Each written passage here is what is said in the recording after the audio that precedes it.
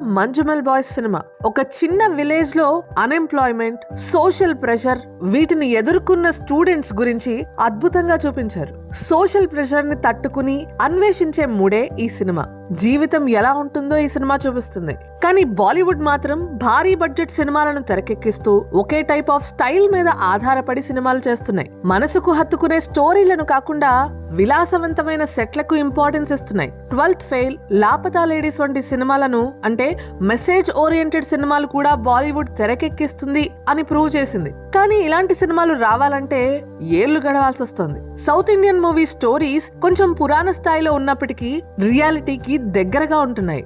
Special గా Pushpa the rice, ఇది పూర్తిగా యాక్షన్ సినిమా. ఈ సినిమాలో హీరో పూర్తిగా పరిపూర్ణంగా లేడు, కానీ అతని పాత్రను మెరుగుపెట్టిన విధానం, అలాగే కాంతారా సినిమా పల్లెటూరులోని జానపద కథ ఆధ్యాత్మికతలో లోతుకు తీసుకువెళ్తుంది. ఇవే ఈ సినిమాలకి